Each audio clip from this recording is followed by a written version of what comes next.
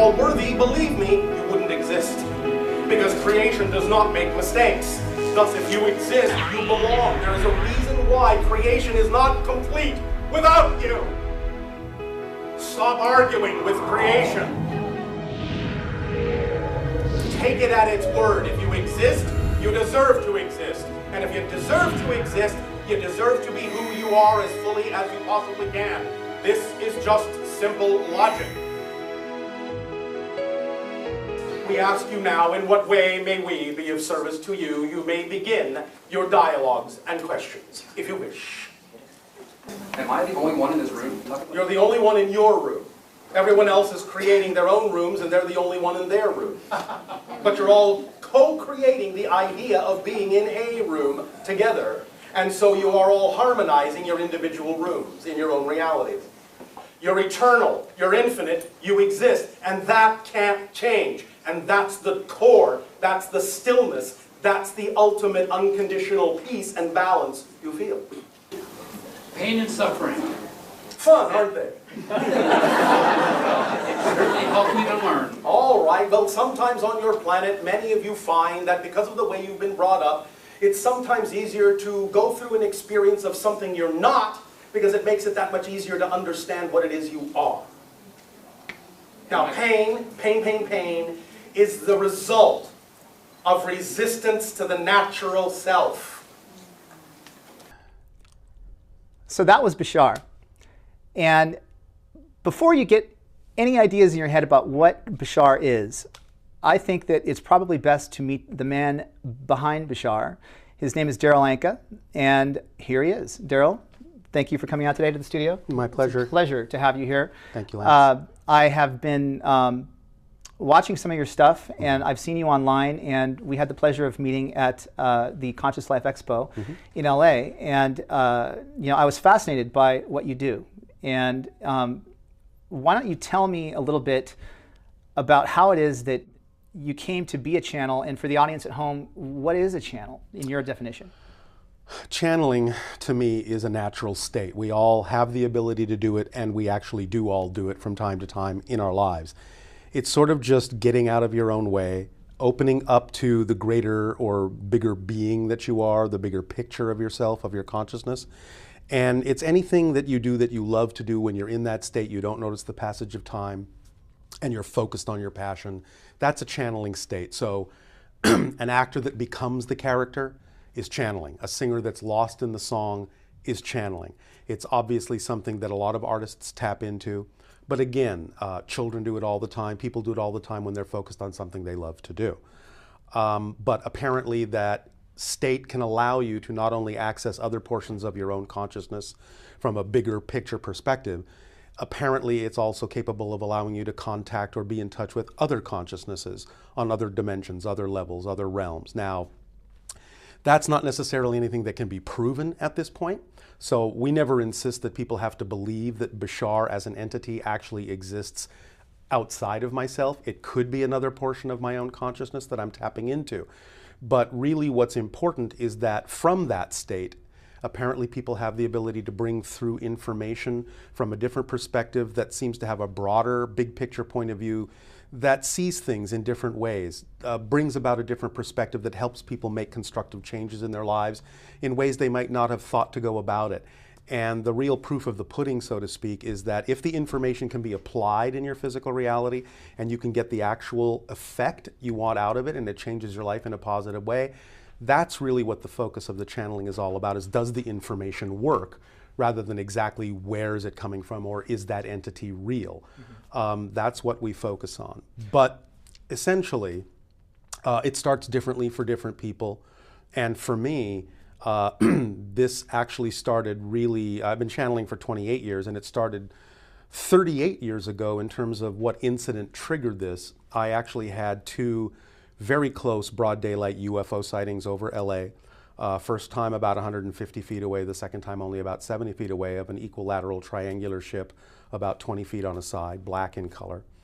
After having seen something like that, I really needed to investigate what this was all about, because, you know, I'd always thought, well, okay, you hear about UFOs, but, you know, do they really impact your life? But when you see something like that physically, you know they're real, and the whole world changes, and suddenly the world is not what you thought. So The 1970s, right? In the 74? yes, 73, I 73? think.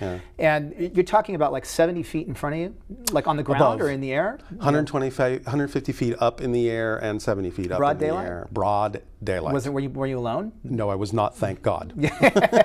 How many people were there? What did they say? The first time I had 4 other people with me, and the second time I had 1 other person with me. What was that experience Well, like? stunned. We were stunned. Yeah. I mean, you know, you're looking at this thing, it's hovering there. You're going, what is this? You know, and you realize it's nothing that we know of. You know, it's nothing that we've been told we have. And again, especially back in the 70s, this was totally unlike anything I'd ever heard of. And we're watching this thing maneuver silently, smooth as glass, moving in unusual ways, and then just disappearing in a blink of an eye. I mean, you're just sort of there with your mouth hanging open. I mean, I think that, you know, there's a lot of people who say like, well, you know, life other places just can't exist. It's statistically, you know, too small, probabilities, whatever. Then you have, you know, new planets being discovered every day. Sure. You have our knowledge of the universe is expanding exponentially every year. Yeah. And I don't know, but I would say odds are there's got to be something out there. Well, I think most scientists nowadays would agree that there probably is life somewhere else. I think the debate is whether or not they can get here. Most scientists still, at least as far as the ones you hear on television, still kind of go by the old thought that the distances are too great. We don't know how it can be done, so nobody could do it. Again, that was one of the reasons I asked Bashar about how their ships operate, because as many science programs as there are that speculate now about how extraterrestrials might be able to get here, I have yet to hear the actual description Bashar gave for how the ships actually work. So Well, what is I know they have a different way of doing that. For the young scientist that's at home. Okay. How does that This principle work? is how Bashar has described what they do, and I'm going to try and really sort of just bring this down to a simple concept. We think of objects as existing in a location. They think of location as one of the properties of the object. So if you look at an object as if it has a vibrational equation signature, it has a frequency that represents that object. One component of that frequency will be the location of that object. What they do is they change the locational frequency component. I see. So if you input location B into that equation, the object, be it a ship or whatever it's carrying, has to stop existing at location A and just has to start existing at location B. There's actually no intervening travel at all. They just stop being here and start being there. Right, which is why you would have people who say they see spaceships and they just disappear. They just wink out. You know, but how about the fact that people see you know, lights and stuff, and they change and they become other things, and like, you know, how does that work? That may entail a whole lot of other kinds of things going on. Some of it may have to do with our perception of things that are happening in a slightly out of dimensional phase to us. There may just be ways we perceive things that aren't, maybe they may not even be literally what's actually happening in the ship. It may just be the way it translates in our reality. I really needed to do a lot of exploring to find out what was behind all that. And I read a lot of books, and one thing kind of led to another over the years. I came across other books on metaphysical subjects, psychic phenomena, ESP, channeling. I was actually introduced eventually to a channel who was conducting seminars, and listened to the entity coming through that channel for several months. And again, this is where I learned that it's really the information that's key, rather than whether that's really a spirit or really an ET or what have you, or just another portion of our own consciousness, because we all have the ability to tap into source. You know, there's nothing special in that sense that the channel has that other people don't. But a channel is doing it. And after listening to that information for a while, I thought it had a lot of value, a lot of merit. But eventually, the entity coming through that channel actually offered to teach a channeling class. And I went to the class not because I thought I was going to be a channel, I just wanted to learn more about it, do more research. But halfway through the class, which was basically a series of guided meditations to put you in touch with, you know, more of yourself, I received what I can only describe as a telepathic connection from Bashar and his people. In that one instant, a memory came back of having made an agreement before this life to do the channeling with him. And in that one instant, I understood that the UFO had been shown to me on purpose to get me to start learning what I needed to learn. And the message that was there was, Now that you know you made this agreement and now you know it's time to begin, is this something you still want to do? Now, at first I thought, okay, I'm hallucinating, I'm imagining this, I don't know what's going on. But at the very second that happened, the entity coming through the channel who was teaching the class stopped talking and turned to me and said, there's somebody here for you if you're ready to begin. Are you ready? So I instantly got a validation that this wasn't just going on in my head. They were picking up on this too. And I thought, okay, you know, I'll practice, I'll see where this goes. I stayed with that class and I was offered the opportunity to channel in the next class, got a lot of practice. Eventually, a woman found me and some other channels who wanted to use us as subjects to study for her doctoral thesis paper on the connection between psychology and channeling. And so I started channeling to her friends in her home. And, you know, one week it was 5 friends, and the next it was 10, and the next it was 20. Word of mouth just spread, recordings were made, they spread all over the world. And one thing led to another, and here I am 28 years later, all by word of mouth, having now channeled all around the world. When I met you, there were probably 300 people, 200 people maybe in the audience room, between that.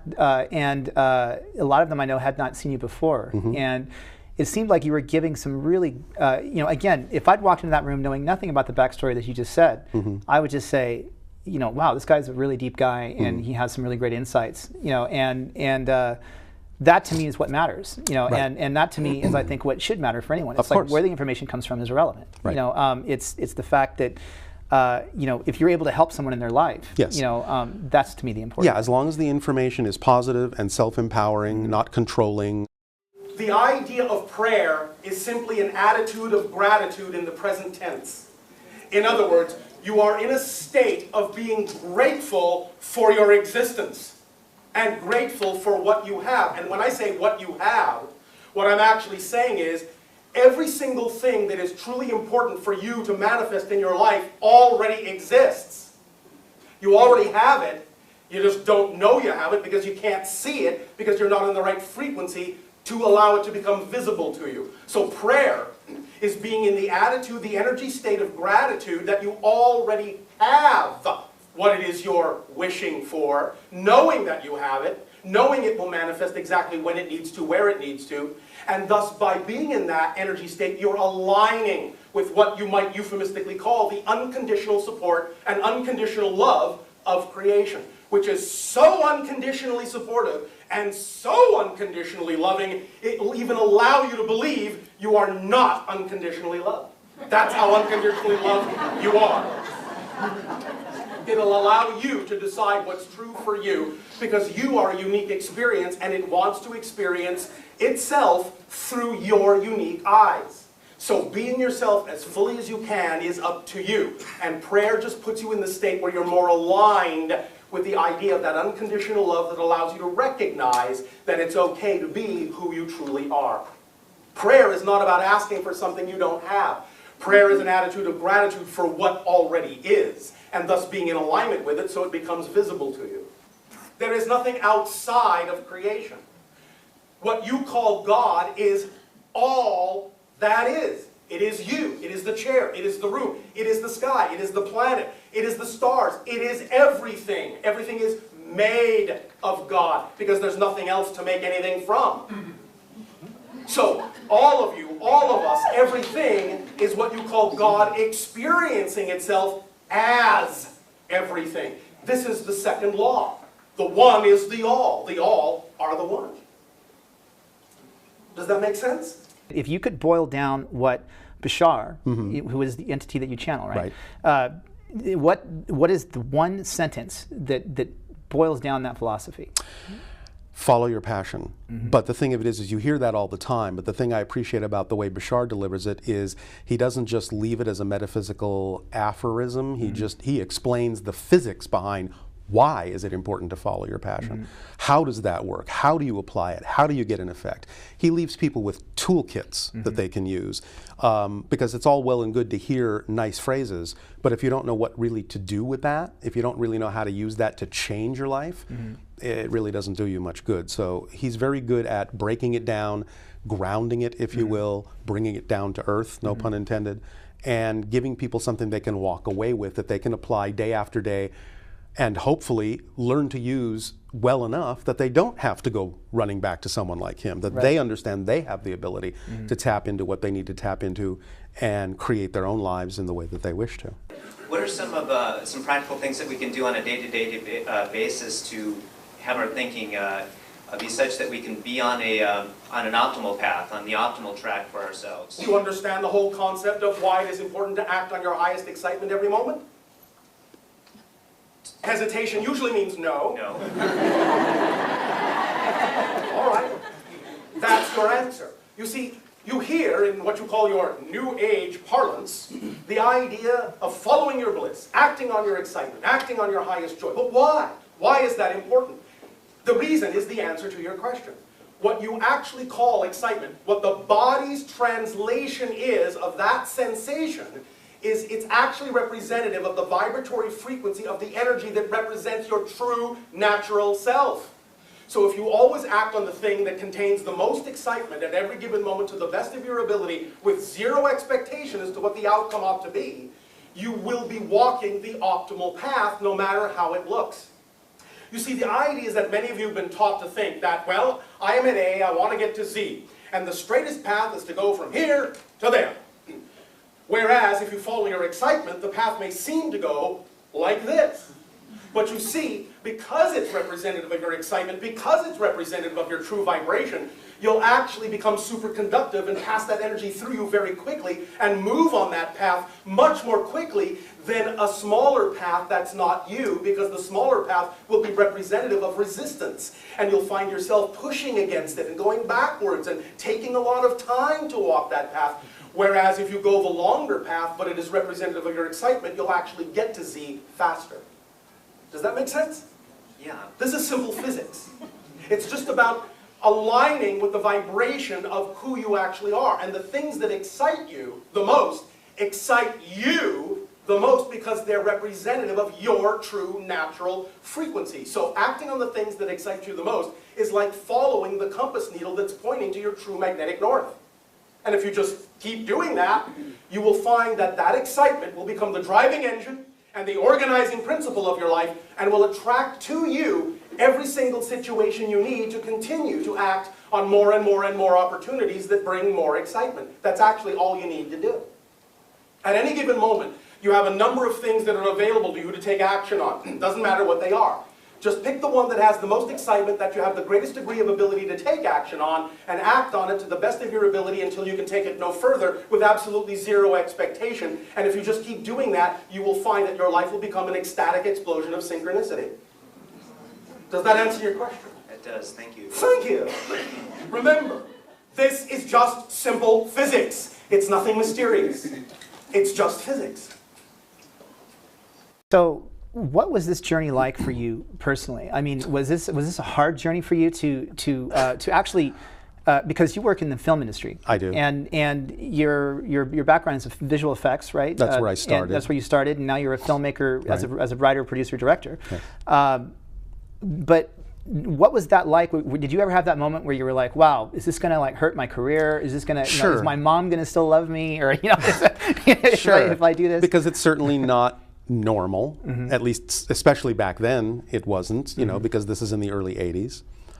You know, I mean, now the word channeling is sort of tossed around for any number of reasons, but back then people would, you know, like, huh, channeling? What are you talking about, you know? And yeah, you know, there was always that, am I gonna, you know, people gonna think I'm crazy? But because it helped people, that was really the main focus, and I always got the feedback that this made a difference in people's lives, and that's why I did it. So I didn't really worry about that side of it so much, and I didn't bring it up unless someone gave me an opening to bring it up. It's not something I volunteered. But I actually found out, you know, several years later that it's not even something I necessarily had to worry about. You know, when I was at work at one of the special effects places, one time somebody noticed, well, you know, I'm going somewhere on a regular basis to do something. They didn't know where I was going. They go, "Where do you go every Thursday?" Yeah, blah, blah, blah.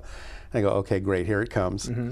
I said, "Well, you know how some people kind of talk about, well, people can go into kind of a meditative, altered state, and well, when you're in that," and they go, "Oh, you're a channel." Well, you know about that? He goes, oh yeah, my mother does that all the time. So I mean, it was just like when it sort of broke, it was just kind of like, it wasn't really a big deal. Now, sure, there are people that, still, want to have nothing to do with that. But I just found that, if you're in a certain world, you will basically attract whatever you need to in that world to support what you're doing. So it just really didn't become a worry after a while. It just became part of my world, and I attracted people who also had that as part of their world.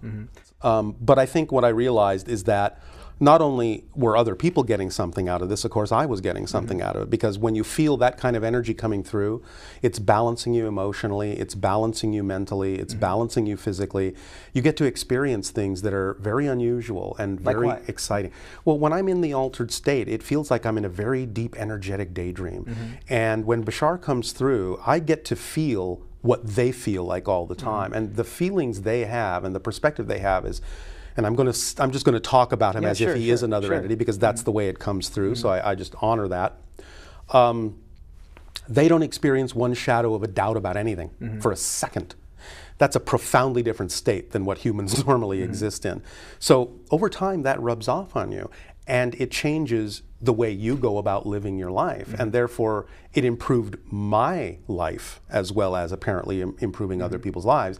And so that's where the balance point is. You realize, but I can apply this in my life. I can make my life better. I can go about doing things much more creatively, much more effortlessly, without as much struggle. So why would I want to give that up? So when you are in the trance state and you're doing this, if I walked up to you and talked to you or said something, are you aware? Is Darryl aware of what's going on, or no? Are you coming out of it and going, "Wow, I had no idea"? I know there's something happening because I'm having the daydream, so I know what that's representative of. But I don't hear the words. It's the same way as if you're having a really deep daydream and somebody walks in the room and they go, "Lance, Lance," and they have to call your name 5 times before you hear them. It's like that. The words are so secondary because that's a translation.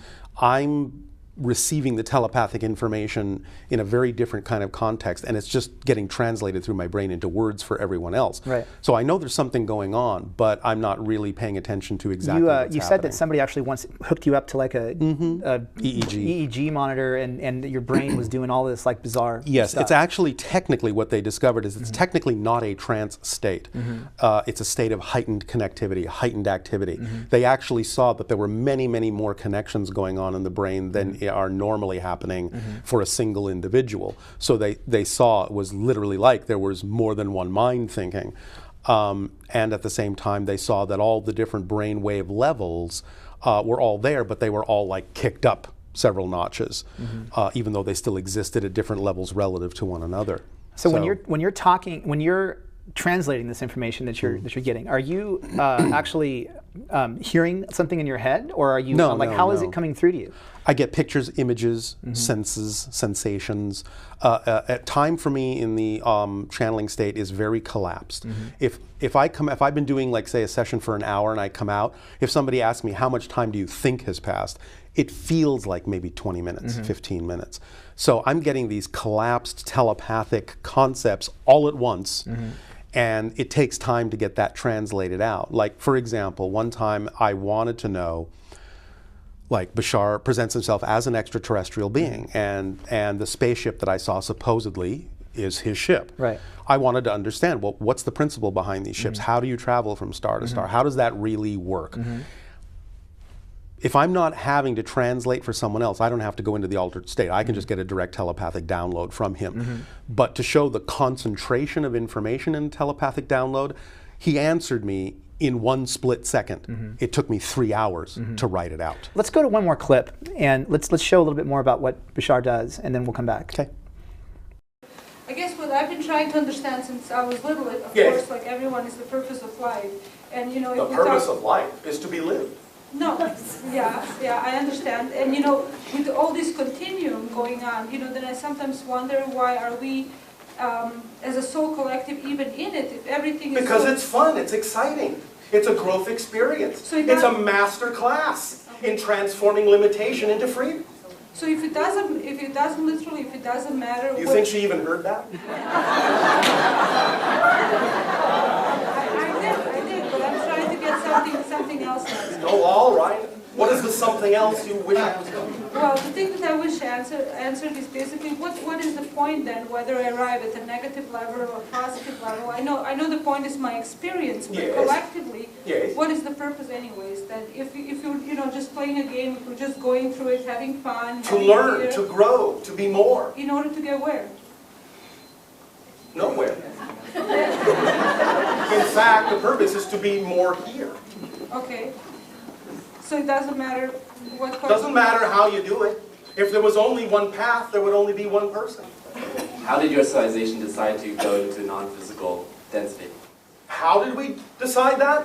Yes. I believe we decided it very well, thank you. Okay, what is the process? Following your highest excitement every moment that you can to the best of your ability with zero expectation of the outcome. In other words, that allows for pure synchronicity, and thus you get a chance to actually physically experience that this is how reality works. You see, we have often said in many of these dialogues that one of the greatest shocks that your society is going to discover is that what you've always thought of as fairy tales is actually the way life works. Right. So when you allow life to work, when you allow creation to work in the way it was designed to work, your life becomes an ecstatic explosion of synchronicity. You always wind up exactly where you need to be, when you need to be there, with whom you need to be there. Not a second before you need to be there, but not a second later either. It's about opening up to perfect timing by being who you truly are. Because if you're not being truly who you actually are, if you're not living in the present by being who you are, then how can anything that is representative of the vibrations of the things you prefer find you if you're not home? But the more you live in the now, the more things can find you. Why? Because now is the only time that exists. So they can't find you then or when. They can only find you when you're in the now. Do you experience conflict or No. war in your society? No. No, thank you. Simply have to Do you have films in your reality? No, we just come watch you.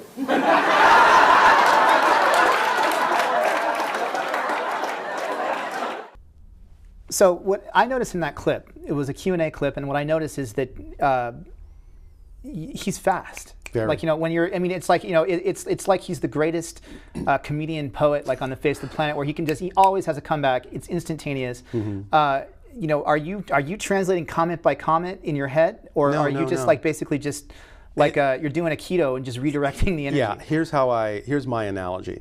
Normally, like now, you and I, we're driving our vehicle. We're in the driver's seat. When he comes through, I slip over to the passenger seat and he's driving. So if you're in the passenger seat, you don't have to pay attention to where you're going. You're just going along for the ride. You can look at other things, you can pay attention to other things. I can even have other conversations with him. I don't have to know what's going on here at all. That's all being handled by him. But until you actually see the videotape or someone tells you, I don't remember you don't remember what was said. I So only it seems remember like you're my missing out on all the experience. good stuff. No, because I'm getting the concepts sinking into me in the way I need to use them, but I don't remember the words that translated how someone else needed to hear it. I want to take this now and get back to the real nitty gritty of how what you do can actually help people. I want to go back to this clip. Let's show this clip real quick of Conscious Life Expo, and we'll be right back. We would like to begin this transmission by congratulating you all, first and foremost, for making it to 2012. We know that many of you have been waiting for this particular demarcation for quite some time.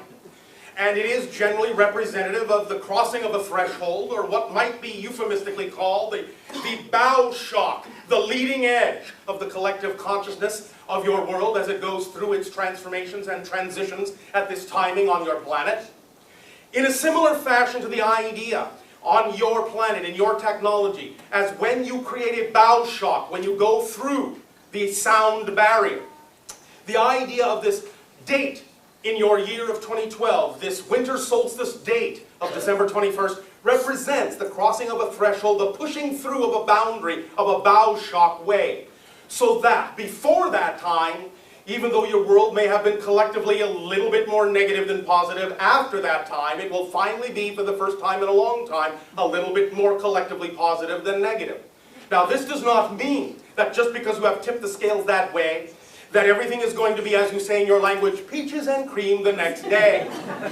But the idea is that you will begin to be able to create a momentum, what you would call a snowball effect. You can build upon that positive energy that you have tipped the scales to create, and you can build and build and build and amplify and magnify that energy from that point forward in the years to come. But it will accelerate, because positive energy is integrative, collective, unifying, and thus, in that sense, accelerative. Whereas, of course, negative energy is segregative, separating, deunifying, deconstructing, and thus then, by unifying yourself, by crossing that threshold, you'll create more of a momentum and make it more available, more capable of being tapped into, more accessible for more people on your planet to tap into the positive vibration and allow themselves to raise their frequencies to be representative of who they truly are more and more every day from that point forward.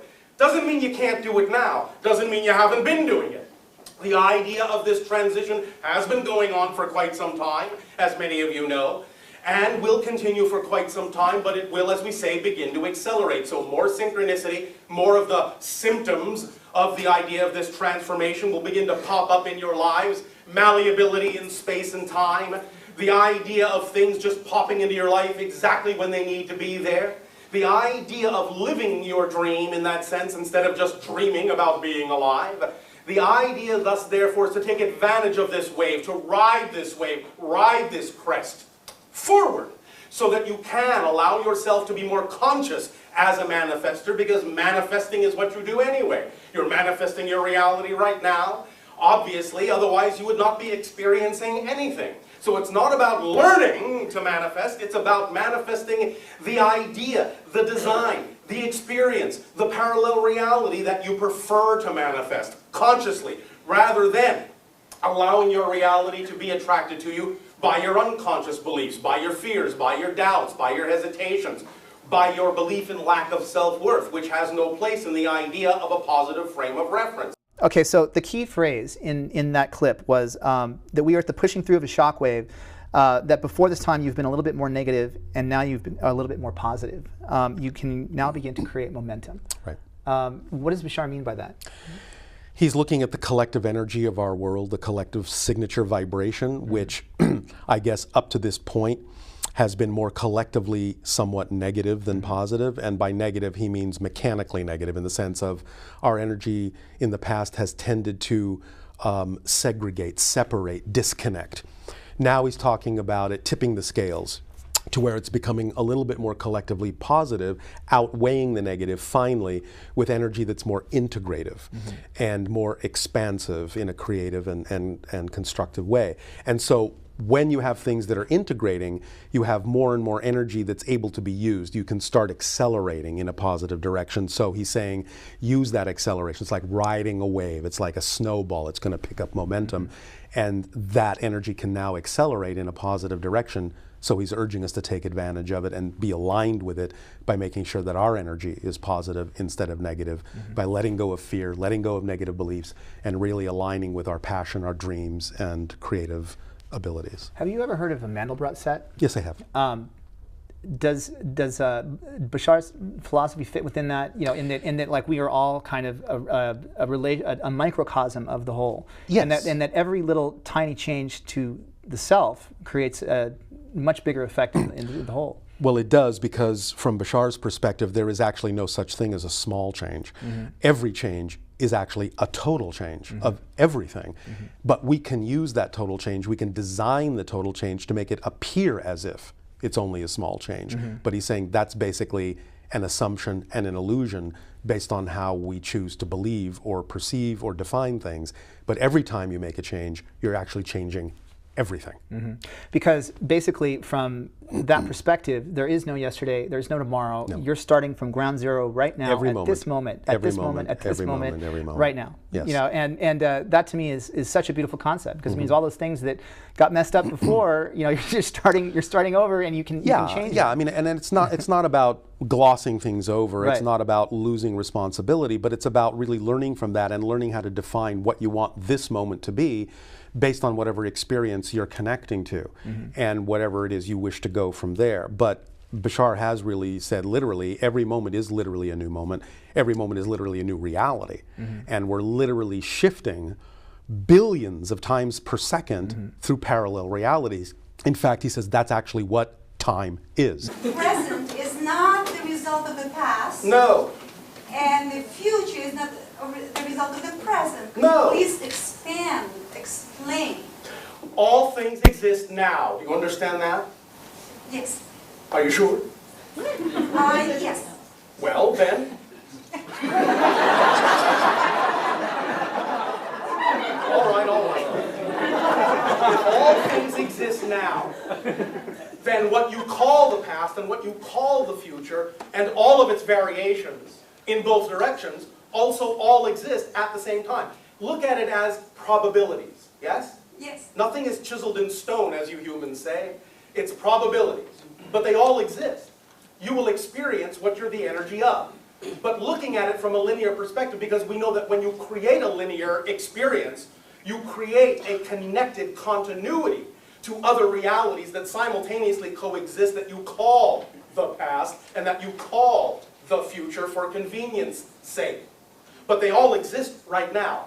But the point is that even when you create that linear connection, whatever you choose to be in the present, that's a completely different person from moment to moment to moment to moment to moment.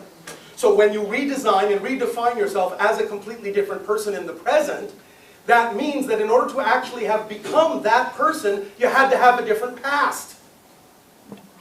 So the present actually changes the past. Does that make sense? Absolutely. When you define who you are, right now, every moment, you make new connections to other simultaneous realities that you call the past and the future. But you do that every single time you change, every single moment. So you're never the same person, literally, and you never have the same past. You only think you do.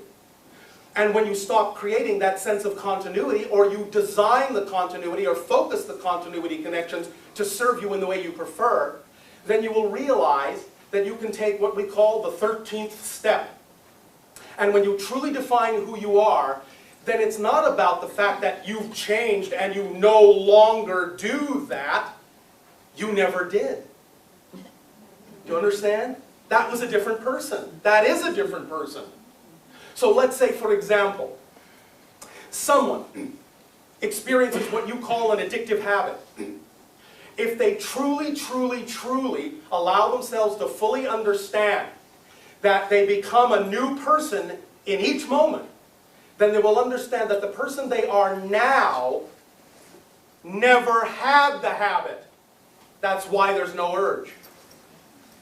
You can see this clearly demonstrated physically in your reality in cases that your doctors call multiple personality disorder. There are documented cases on your planet of one personality having a cancerous tumor, but as soon as they shift to the next personality, they don't. There are documented cases of one personality having allergic reactions and another personality not. There are even cases of one personality having one color eye and another a different color eye. They are literally different people, literally. And so are you, from moment to moment to moment to moment to moment to moment to moment. When you really know that, then you will know that at every moment you are at ground zero. Whatever past you want is what you get. Whatever future you want is what you get. With that person you are being right now. It's like a strip of film. You know, Yes. that each new strip of film, when you play them all together, it looks like there's motion. But Right. in reality, you're looking at each But individual every piece. frame is static, has no motion in it, and it only is because that film is moving in front of a projector light that we get the illusion of motion. So he's saying every parallel reality is like a static frame. There is no motion in it. The only way we experience change and time and movement in space is because the projector light, which is our consciousness, is actually shining through billions of those frames per second, creating the experience we call space-time motion change. So, what's the best way to surf that energy? Well, what I said about the idea of aligning with energies that are representative of your passion, because basically that's what Bashar is saying. When you feel excited about something, when you feel that something contains passion, the reason to act on it is because passion and excitement is your physical body's translation of the vibrational energy that actually represents who you really are, what your true core vibration is. And so acting on that thing is like aligning with the compass needle that points to your true magnetic north.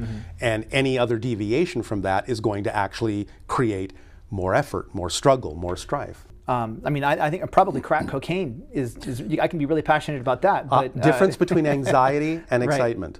You have to be really honest about what it is that you're doing and why you're doing it. Because many people, if they're in denial, will attempt to define anxiety and fear as excitement because they don't want to look at that thing. So you have to be really honest about the difference between the two. What are the best tools to get that honest? Because a lot of people spend their whole lives and Yes. they're never able to take that kind of look. Well, according to Bashar, it's really, first of all, of course, a willingness to discover what it is that's creating that anxiety and that fear within you. And from Bashar's perspective, every single emotion you have can only exist because you have a definition or a belief that exists first that you believe to be true. You can't have a feeling, from his perspective, without having a belief first, without defining something to be true. So if you have a certain feeling, like fear or anxiety, he's basically saying if you're willing to discover what's causing that, all you really need to do is ask yourself a simple question and start some honest investigation within yourself, which is, what would I have to believe is true about myself in relation to this situation in order to feel this way? And if you're willing to discover what those beliefs are, once you identify it, any belief that's truly out of alignment with your true positive self will appear to be illogical and nonsensical because it doesn't actually belong to you. You probably picked it up from your parents, your friends, your society growing up. And since it belongs to someone else, it will not feel right once you identify it. And once you realize it's illogical and doesn't belong to you, you'll automatically drop it. I think it's a psychological concept of once you understand why you have fear, Right. then you can beat the fear. Well, yeah, you transform it. Right. I mean, you use it in a positive way. I mean, fear, in a sense, is your friend because fear is a messenger knocking on your door saying, hey, you have a belief that's out of alignment with your true self. That's why you're feeling your energy this way. I think fear is basically just not being able to accept your own power. Yes. Not being able to accept that, like, okay, I don't have to be a victim. It's resistance to your natural self. Right. This is something that Bashar said, you must simply remember in everything that we discuss that your outer physical reality is not outer, it is inner. It is just a reflection of you at any given moment, individually and collectively. Yeah, he often likens physical reality literally to a glass mirror. So he's basically saying if you want to see a change in your outer reality, you really have to change yourself first because it is just a reflection. And it would be in a sense kind of silly in the same way that if you look at your reflection in a mirror and you see the reflection frowning, well, you don't go over to the mirror and try to make the reflection smile. The only way that reflection is going to smile is if you smile first. But people often wait for the physical reflection to change before they're willing to change, and it never works because you can't wait for the reflection to change before you do. It just doesn't work that way. Let's go to one more clip. And remember, again, there is no just one world. You are constantly shifting to different parallel realities. So whatever vibrational state you choose to be in is going to ultimately be the parallel earth you will experience. If you keep focusing on the idea of those who are trying to control and focusing on the ideas of fear, that will be the kind of world you will experience. But at the very same time, the people that focus on the idea of self-empowerment will ultimately, at the same time, experience another parallel earth where no such people exist. The clip that we just showed was talking about the fact that we really can, not only can we create our own universe, but we are our own universe. Yes. And this show is called Waking Universe. It's about basically, my concept for this show is basically creating something that shows people that they have the control of their lives, and there's many, many different beliefs that say that, and that was something that I noticed there being in the audience that day. It was hard for some people to accept that basically, look, there ain't nobody else in the room but you, right? And that's why I begin this show with hi, I'm another version of you, Yes. Which is the ancient Mayan saying, of, Right. There was an ancient greeting. How does that concept affect you personally? I mean, like, like when you first realized that concept, was it through this communication, and Yes. what did that do to your life? Yes. Well, like I said, it made it a lot simpler, a lot more enjoyable, a lot more creative, a lot less effort was involved. Things just became much more synchronistic. Things started to work automatically because they do already work. So it's really more a matter of allowing things to work rather than trying to make them work. But how do you define the difference between saying, okay, well, in that case, I am my own universe, and so therefore everybody else is just a figment of my imagination, and I'll just sit in this chair for the rest of my life? Well, it's this and that, not this or that. Explain that. Well, most people on this planet have kind of an exclusive mentality, and it's really got to be an inclusive mentality. All perspectives are true. And so the idea is that, yes, you are your own universe. That doesn't mean other people aren't real. It's just that you have to create your version of them out of your own energy in your own universe in order to know you're interacting with someone else. In a sense, therefore, everyone is having that same perspective. Everyone is their own universe, and they have to, by agreement, by a collective agreement, create interactions. We've all agreed that pigs can't fly, so therefore pigs can't fly. But right? in some realities, they probably can. But if I'm like, if I'm so convinced that pigs can fly, yes, then pigs can fly. In your reality. But is my reality at the local hospital? Well, but see, that's the thing. I think in some cases, people that we call crazy are simply seeing another reality that's not the mass consensus reality. It doesn't mean necessarily. Not in all cases. It doesn't mean necessarily that what they're seeing is not just as real. To them. To them. And it may actually be just as real as anything is to you. But it may not be that they're sharing the mass consensus reality. And so we shut that out. We say they're crazy. Before you say anything else, I want to go to one more clip because this applies to that. Well, isn't everybody in this room experiencing the same reality? No, that's the point that you're missing. They're not. You are experiencing similar realities by agreement, but they're actually not the same. So is there people in this room that don't have any clue and won't be affected at all by the FEMA camps, the 78 million? Correct. Correct. There are those that will be affected by it because they choose to live in fear. There are those that will never see it because they don't. It's that literal. Can you share with us if the population of the planet is going to be significantly reduced? Which planet? Which Earth? This current reality. You're missing the point. You are shifting from parallel reality to parallel reality billions of times per second. Decide what reality you prefer. Some Earths will be depopulated. Some won't. Any variation of this idea that you can imagine is real. Shift to the one you prefer. They're all real. Shift to the one you prefer. Period. Yeah. You understand? They're all real. Shift to the one you prefer. Yes and no. I understand what you're saying. No, you obviously don't. I wish I knew how to shift to a world where you are shifting. You are always shifting. The way you shift to the world you prefer with the energy you prefer is to be that energy yourself first and stop buying into the ideas of fear. But I try and look at reality of the world around me and interpret it. You are forgetting what we talked about in the sense that every single thing is fundamentally neutral and has no built-in meaning. It doesn't matter how it looks. Remember, the measure of the fact that you have changed is not based on whether the outside changes. It's based on whether your response to the outside changes, regardless if it looks the same. That's how you know you will not be affected by anything you don't prefer to be affected by. Because that's the energy state you've created, and it doesn't matter how it looks, and it doesn't matter what anyone else's intention is toward you. You cannot be affected by someone's intention until you believe you can be or choose to be. So are there people in this reality right now that just looking back to the past were not affected and didn't have a negative result from all the actions that have been taken so far? Yes. Wrap your mind around it.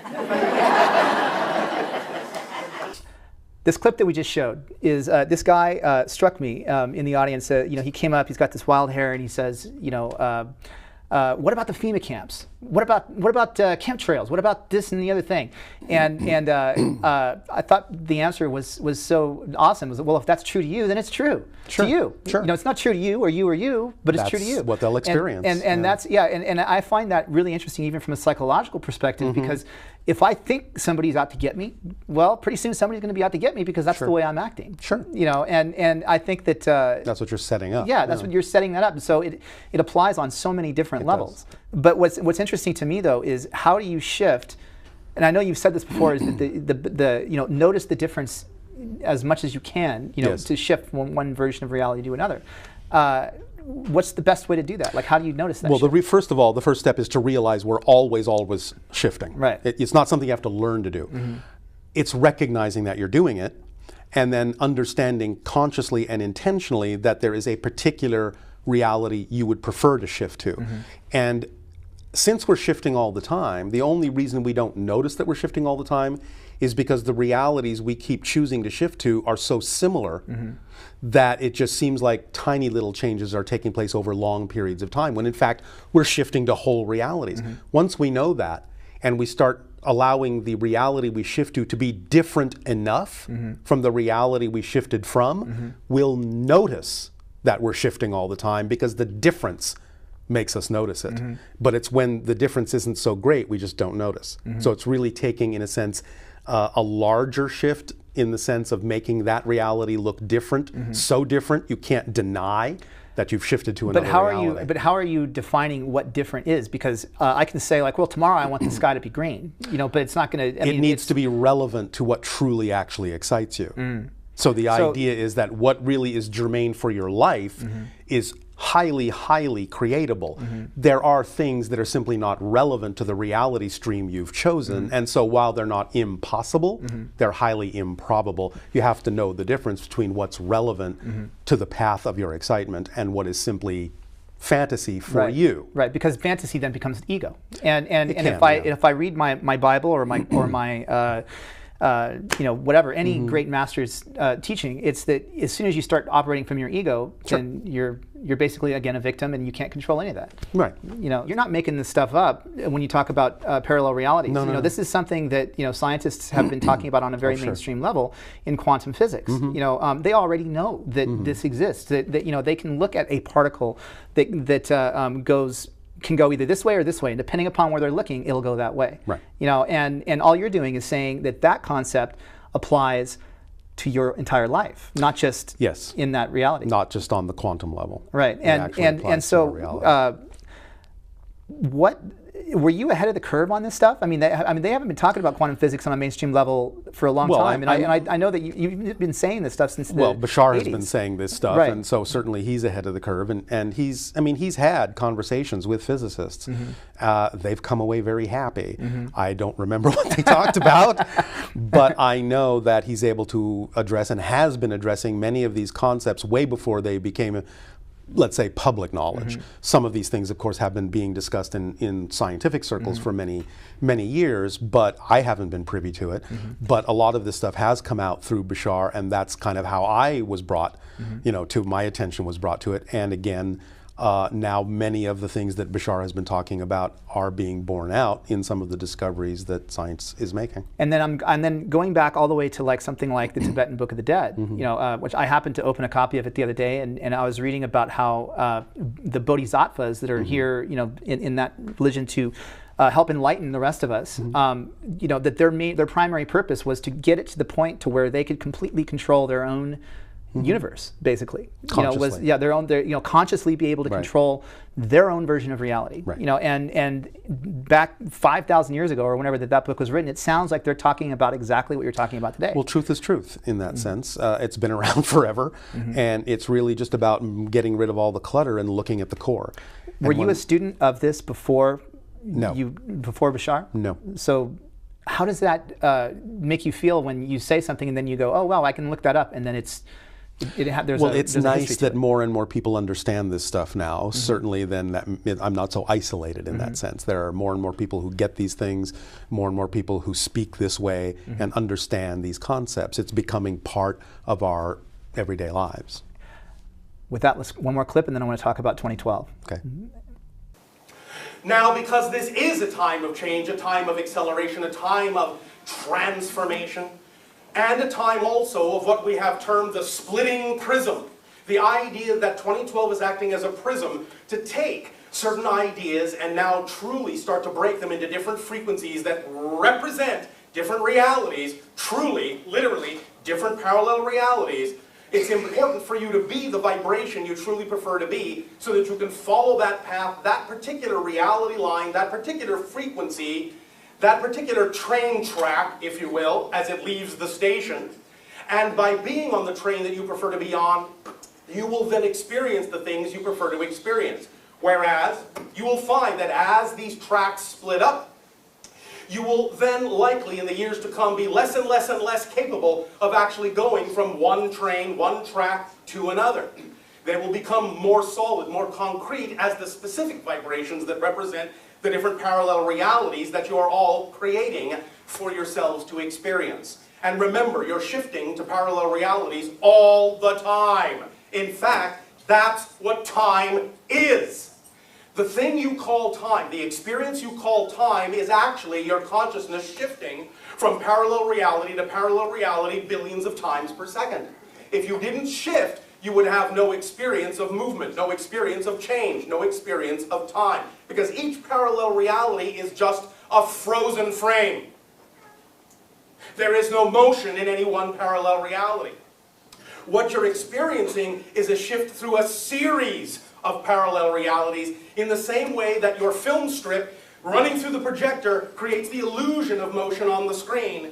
The idea is that your consciousness, as the projector light runs through the frames of frozen, frame-like parallel realities, creating your experience of movement, your experience of change, your experience of time.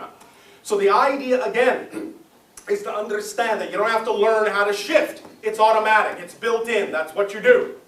It's about being conscious about what you are shifting to, where you are shifting to, what parallel reality you prefer, and allowing yourself to shift to the parallel reality that is reflective of the vibration you choose to be. 2012. Is it that time already? It's that time of, so how does all of these concepts apply now to this day now that we're in, this present, this reality? Well, it's some of what we were talking about before in terms of we're crossing a threshold. And talking about a threshold, maybe we should talk a little bit about the fact that everything is frequency. Yes, it's all resonance. It's all frequency of energy. One thing is a different thing from another because it is a different frequency.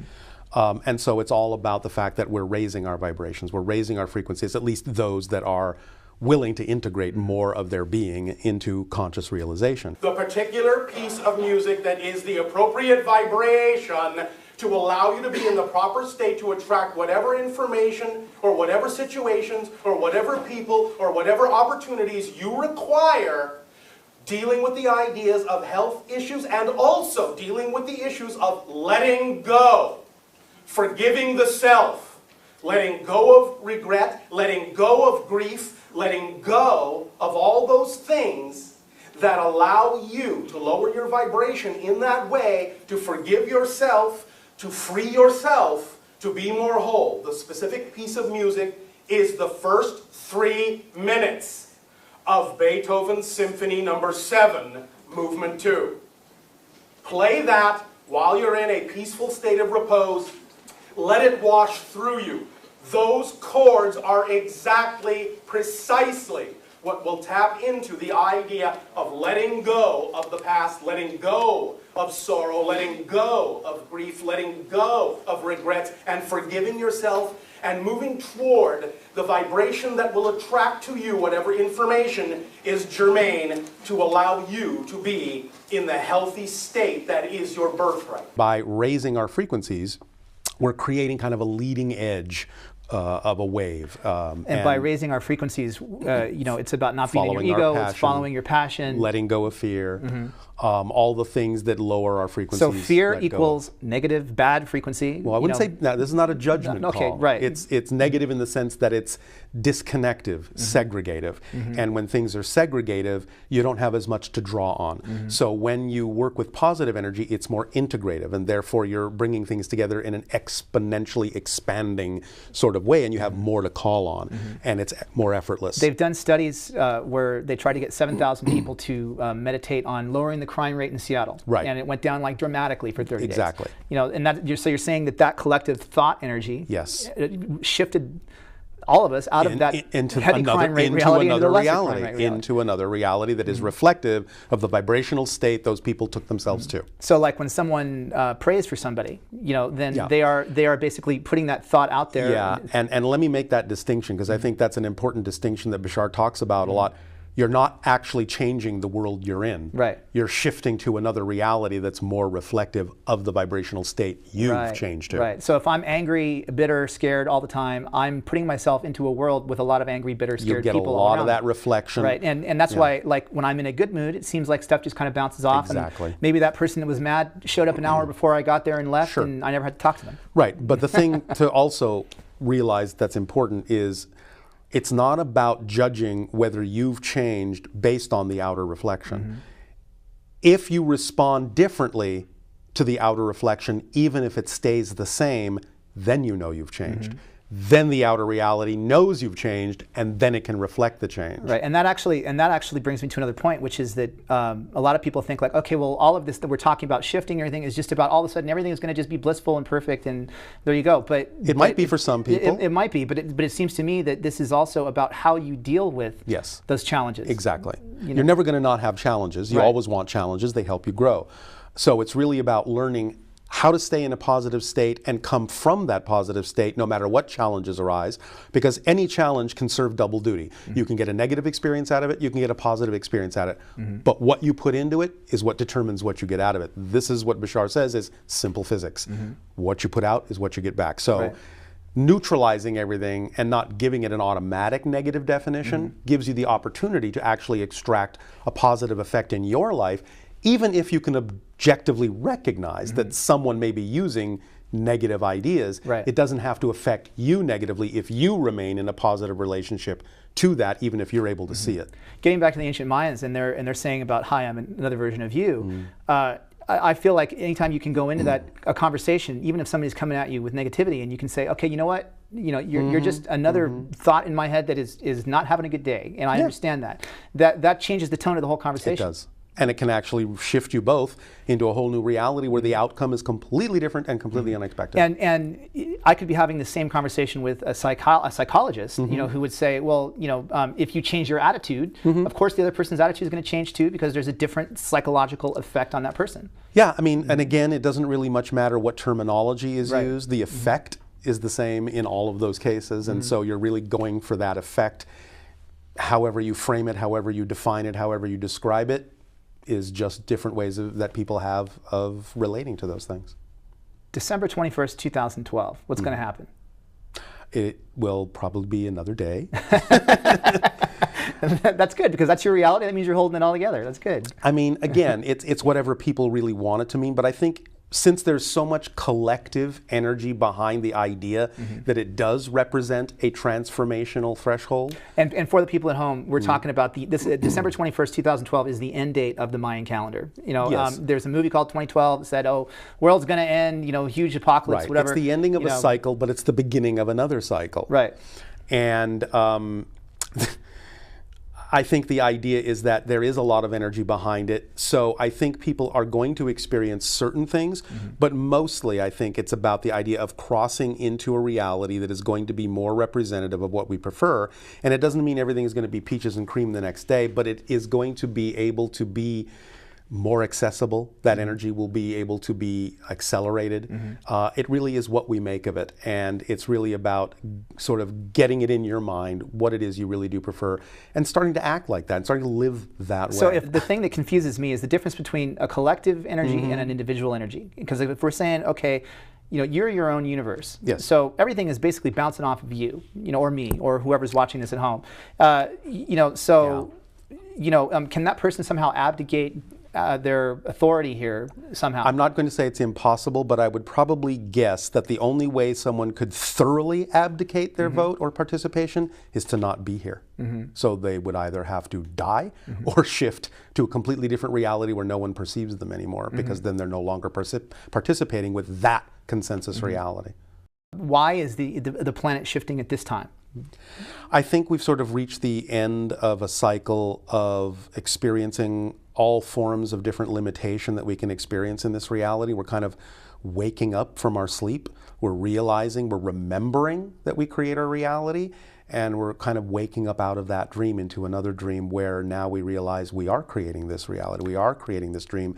Let's live this dream consciously instead of living it unconsciously as we've been doing for thousands of years. Again, I think it just goes down to simple common sense that you can either be a victim of your world, or you can start taking responsibility for your world. You can start saying, hey, if I throw this plastic bottle in the trash and don't recycle it, eventually I'm going to have an island the size of Texas in the Pacific. Yeah. You're contributing and based on where it's your being thoughts started. connected. It's knowing that you are connected, Right. and seeing the whole thing as a whole system instead of the victim perspective, which is that you're an isolated individual with absolutely no connection to everything, and everything happens to you instead of things happening through you. Right. I think that's a very good analogy. The difference between to you and through you. Yeah. Karma is simply an idea of balancing that which you wish to balance. That which you recognize requires balance for your own preference, for your own growth. It's not a punishment, it's not imposed upon you, it's self-imposed.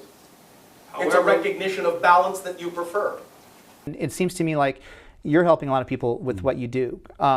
Looking at it from the perspective of, okay, Bashar, let's say he's an ET. Let's say this isn't your collective unconscious, as Right. would be said. Let's say this is. What is their race of people about? Like, what do you? Because the thing I noticed is there's a lot of stuff in the media that's negative about ETs. Sure. So like, are these? Are they planning a takeover here? I mean, is this something going to happen? I highly doubt it. I think they could have done that a long time ago if that was really their plan.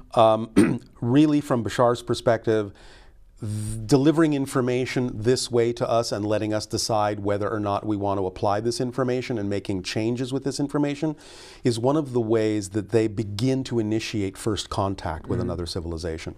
Because they're allowing us to listen to their philosophy and their point of view, and they're allowing us to decide whether it's true for us or not. They're not forcing us to buy into it, but they're watching to see whether or not we do adapt it, and if we adapt it and change sufficiently so that we can become more compatible with them, then contact can take place. So that's definitely one component of why he's doing this, is to help bring about the idea of contact between our civilizations, which not only would be expansive for us, but expansive for them. The other side of the coin is that they do actually consider us, in a sense, to be extended family. And so because we've put an invitation out that we want to expand our consciousness, in a sense, they've answered that call. And they're giving us information that helps us do that, because they realize that whatever benefits one benefits the all. In other words, it's your planet. You have to decide that it's all right for us to interact with you. We're not going to force ourselves on you. How do we maintain focus? You don't maintain focus. You find the focus comes naturally when you do what you love to do, don't you? I can, but I feel that there's so many other people that are out there. You are the only one you need to think about. Because then you will be a shining example to others of what they could also choose, but don't have to. And it is by that barometer that we will determine where contact and when contact takes place. Understand something very important. I'll put it to you this way. In one way, shape, or form, the reason we are interacting here this way, this day of your time, is that in one way, shape, or form, every single one of the beings in this room have experienced contact. You just don't remember it. The rate at which you remember contact has already happened allows us to use that rate as a barometer for when you are more ready for contact. Openly. Surprise. I think that a lot of different civilizations have been aware of us and participated in various ways with our journey for a long time. But like I said, that's a whole other subject we could talk about for hours. Yeah, and it's now you have shows like Ancient Aliens, which Sure. are really great for just asking these questions. Sure. You know, and again, I think it is about asking questions. It's not necessarily about believing all of the answers. Sure. You know, because you know, and I love your philosophy of, you know, you take what is true to you and you discard the rest. I mean, if it works for you, then use it. Right, and You know? tomorrow something else may work for you, you know, Right. so it'll change. You say that the energy of this place is shifting. You know, that not the studio, but the planet. Does that sure. make it easier for you to carry around that energy that you're working Yes. with all of the time? Yes, it does. Anytime more and more people operate on that kind of a frequency, it makes it much easier for other people to also choose to operate into that frequency. It's like creating an atmosphere of that energy. Sure. So it's not as much work. It's not as much work. I have another question. I'm just curious about, are there any other channelers or people that you follow, that you're fans of? Well, certainly the Seth material from Jane Roberts was a big factor in terms of when I started studying material on channeling.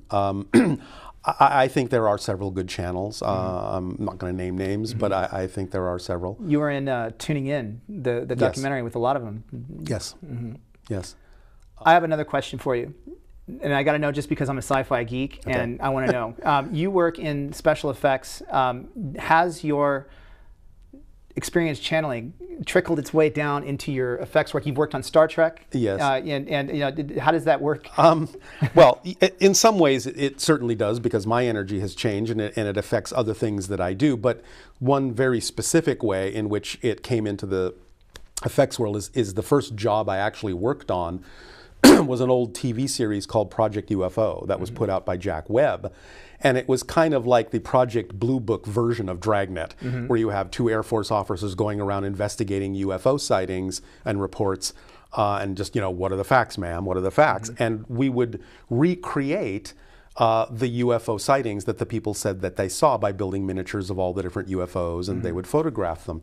Well, sometimes they would actually come to us and say, you know, do you guys, you know, have any stories, or do you want to interject?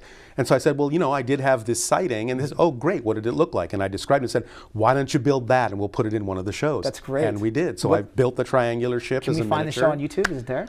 I don't know if you can find them. What's it called? It's called Project UFO. Project UFO. By Jack Webb.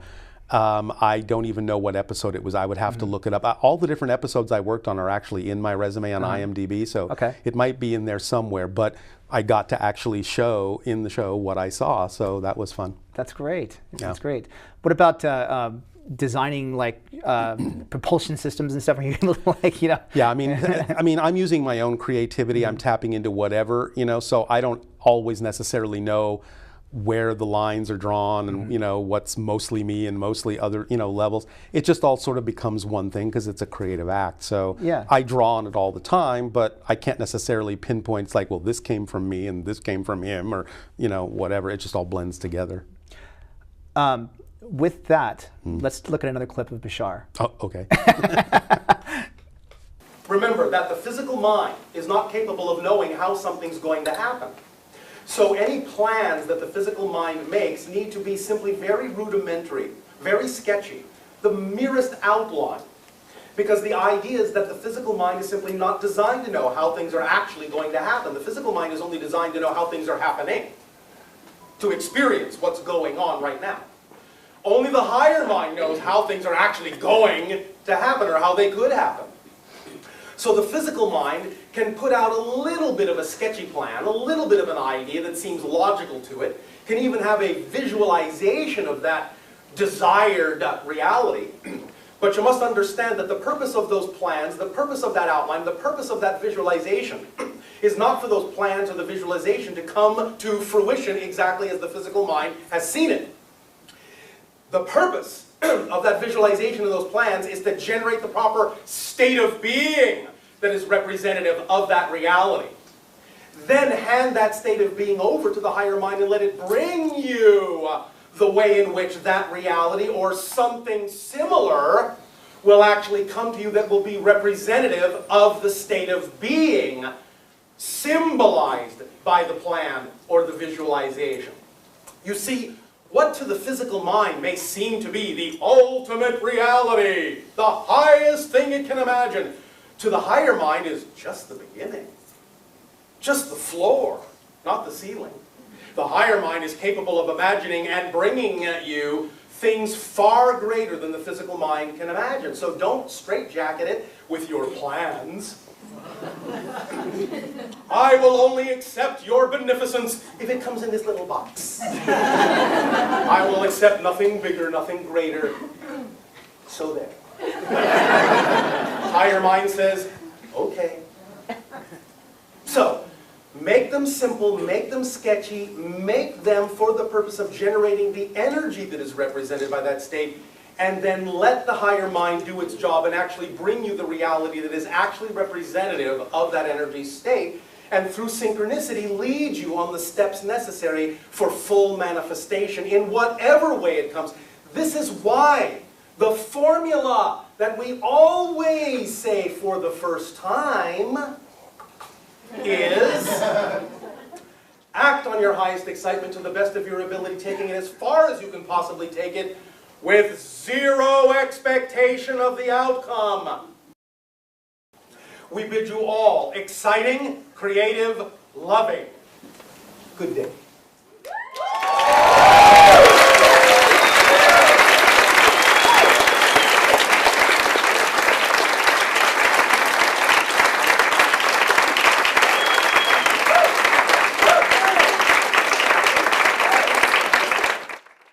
What can we end this with? Again, trying times, people are having a hard time. What can they I think take the out of what biggest you do? thing I've learned is that if you truly, truly understand that how important it is to act on your passion, it is capable of supporting you.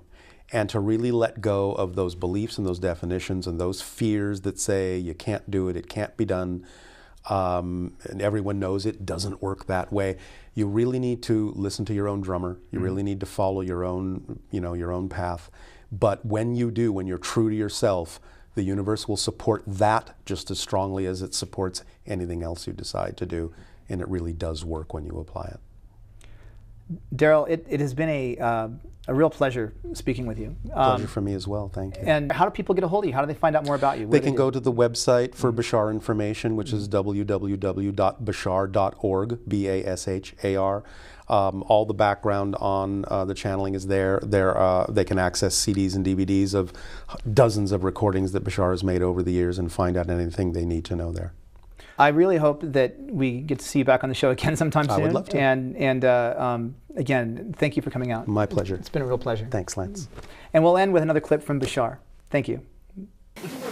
Have I really met you, or was that just a dream? Did we not say you've all already had contact? Yes.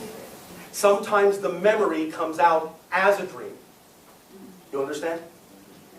So the rate at which you remember in all ways will determine the rate at which you are ready for more conscious contact. All right? Okay. Pleasant dreams.